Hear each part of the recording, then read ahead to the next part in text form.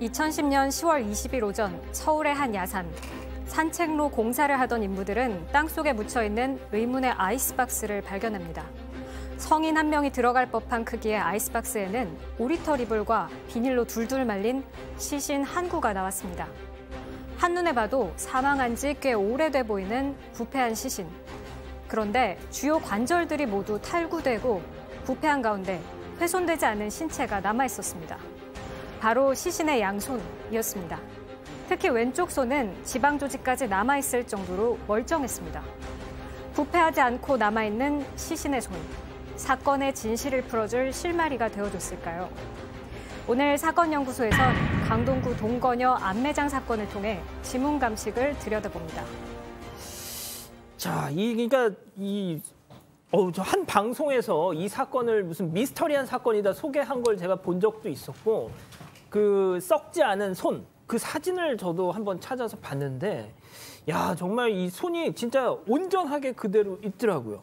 자, 백 기자, 어떤 내용인지 다시 한번 좀 정리를 해주시죠. 네, 이게 12년 전쯤입니다. 2010년에 있었던 일인데요. 장소는 서울 강동구입니다. 한 야산에서 이 근처에 이제 아파트를 짓는 상황이었다고 해요. 그래서 야산에 산책로를 만들기 위해서 인부들이 일을 하고 있었는데 갑자기 땅속에서 파란색 아이스박스가 발견이 됩니다. 이제 지면에서 한 50에서 60cm 깊이에 있었다고 하는데 그 안에서 시신이 나왔습니다. 이 시신이 비닐과 오리털 이불로 감싸 있었고 몸은 케이블 선으로 똘똘 묶여있는 상태였습니다. 근데 시신이 굉장히 오래된 것 같았다고 해요. 적어도 수년은 지나 보였다고 하는데 경찰과 감식반이 신고를 받고 출동을 합니다. 아, 지금 약간 좀 이 시간대를 확실히 옮기다 보니까 몇몇 분들이 지금 식사하고 계신다고. 아이고, 본의 아니게 정말, 예. 저희가 거기까지는 또 생각을 못 했는데, 아무튼 식사 시간 이런 거 좀 감안해서 앞으로 좀 아이템을 좀 정하겠습니다. 자, 그런데 말이죠. 일단 시신의 거의 모든 부위가 뭐 부패가 돼 있었다 그렇다면 상당히 좀 시간이 오래 지난 거 아니에요, 이거? 뭐 식사 중이라서 제가 원래는 설명을 A라고 하려고 했는데 B라고 바꾸겠습니다. 예. 사실 뭐 시간이 오래되면 그냥 이렇게 사체가 이렇게 다 이렇게 뼈만 남고 다 이렇게 분리가 될 수밖에 없는데 지금 이 사건 우리가 다른 건 다 기억하지 마시고 왼쪽 손만은 완전히 그냥 사실상의 정상적인 상태로 남아 있었던 상황이었다. 나머지는 다 부패되었지만 그 손이 남아있었던 사건이라는 걸 하나 기억했으면 좋겠습니다. 자, 그런데 말이죠. 팀장님도 정말 현직에 계실 때 네네. 정말 많은 살인사건 현장을 가셔서 그 정말 일반인들은 볼 수 없는 그런 뭐 현장을 많이 보셨을 텐데 일단 근데 손이 시신 뭐 거의 다 부패가 됐는데 손만 이렇게 탁 있다. 이거 그럼 상당히 좀 단서가 되지 않습니까, 이거? 그렇습니다. 지금 저도 이해 안 가는 거는 온몸이 부패가 되면 손까지 부패가 됐어야 되는데 발견 당시에 왼손은 거의 보존이 된 것 같아요. 그러면은 알다시피 우리가 이제 18세 이상은 지문을 찍지 않습니까? 주민등록을 할 때. 예. 왼손이 남아 있었어요. 이걸 찍기 때문에 지문 검색을 하게 되면은 인적사항이 바로 나올 수가 있죠. 그러니까 인적사항 밝히는 데는 이게 지문이 하나가 아니고 5개 정도라 한다면 하루 정도면 가능하거든요. 가능하니까 확인해봤더니 40대 후반에 김모 연유로 밝혀졌는데 이분이 당시 실종 신고된 거는 5년 6개월 전이에요. 그러니까 말씀드린 대로 5년 6개월 동안 그 안에 있으면서 다 백발화 됐지만 손만 어떻게 남아있다는 거는 저도 형사 생활을 33년 했지만은 사실상 그게 다 백발화 돼야 되거든요. 또 어떻게 손만 남아있을까?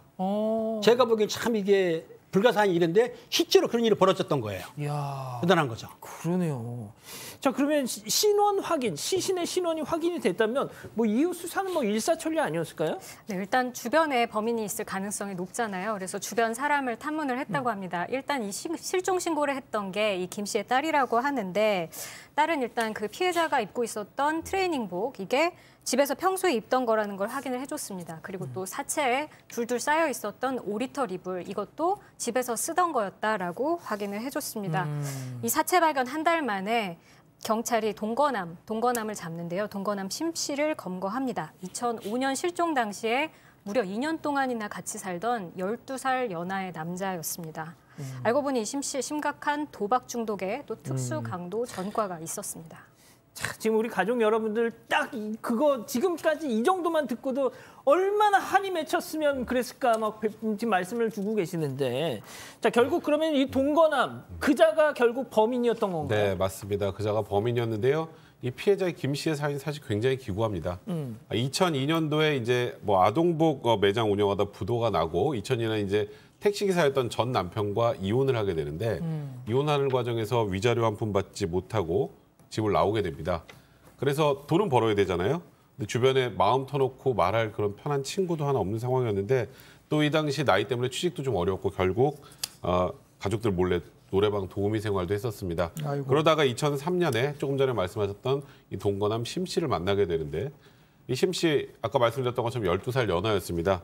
그러니까 사실 12살 연하의 남성과 외로운 이 피해자가 얘기를 나누다가 결국 이 심 씨의 손을 뿌리치기는 좀 어려웠을 것 같고요. 결국 2003년 12월부터 두 명이 동거를 함께 시작을 합니다. 그런데 그때부터 서서히 본색이 드러나게 되는데 지금 화면에 나오는 것처럼 폭행도 있었고요. 또 보증금 1,500만 원에 20만 원짜리 이 김 씨, 피해자 김 씨의 집에 이 심 씨가 얹혀 살면서 보증금 200만 원, 300만 원씩 곶감 빼내듯이 빼내갔습니다. 아까 말했던 것처럼 병적인 도박 습성 때문이었는데요. 근데 이렇게 같이 살았던 이 피해자 동거녀 김 씨를 무참하게 살해했던 겁니다. 그리고 나서 더 끔찍한 건 태연하게 김 씨의 딸과 함께 실종 신고를 했고요.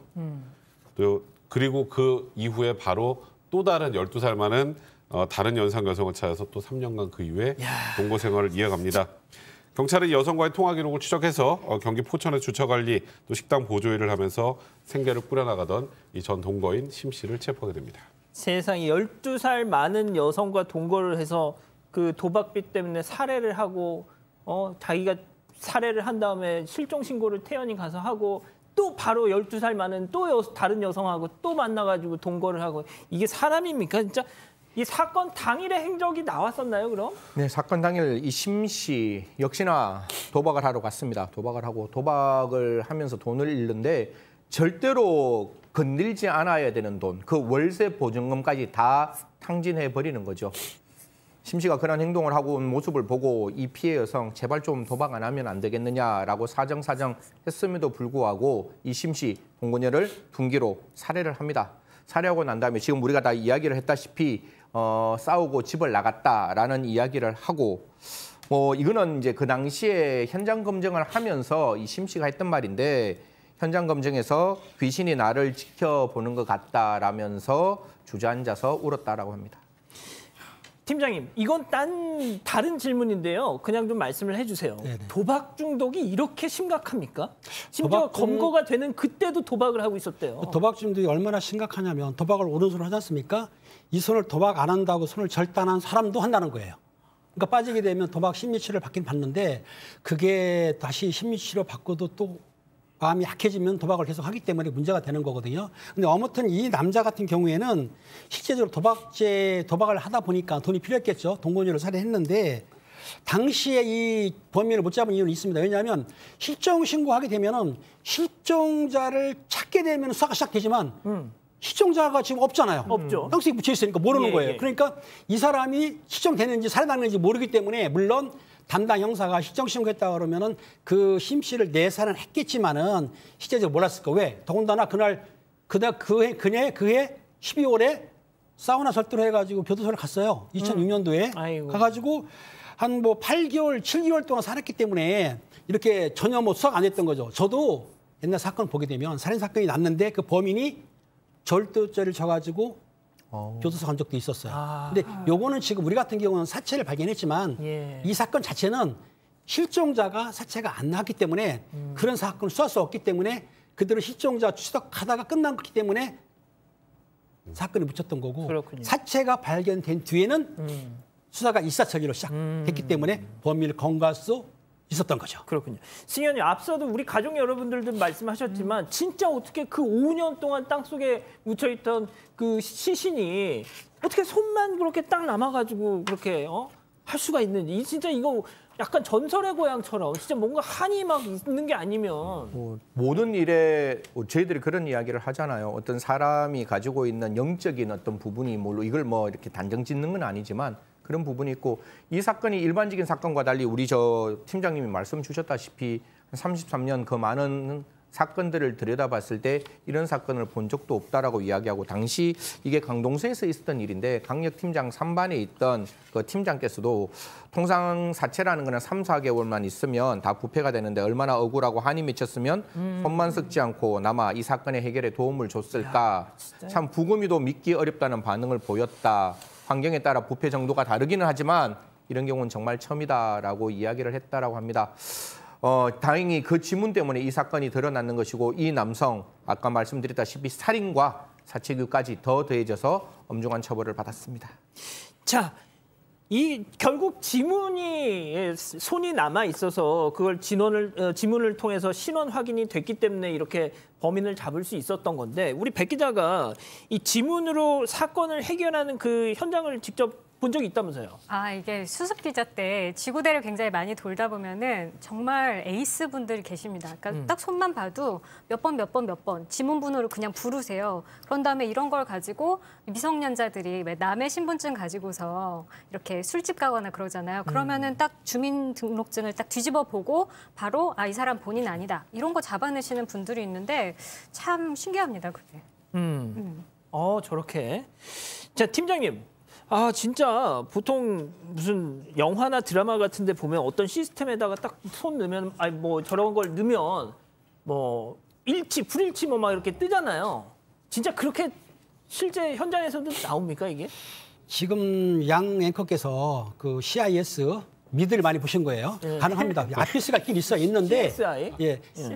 근데 중요한 건 뭐냐면 우리나라도 아피스가 있어요. 있기 때문에 이 지문이 확인되면은 입력시키게 되면은 비슷한 지문이 많이 뜰 거 아니에요. 한두 개 뜨는 게 아니죠.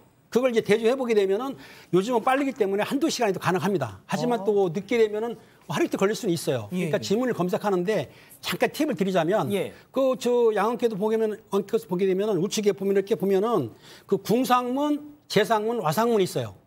예? 궁상문, 재상문, 와상문이 있는데 궁상문은 뭐냐면은 활 모양을 있잖아요. 활 모양. 그걸 딴 거고 재상문은 뭐냐면 말급 형태 있죠. 그리고 와상문이라는 거는 그 달팽이 모양처럼 동그랗지 않습니까?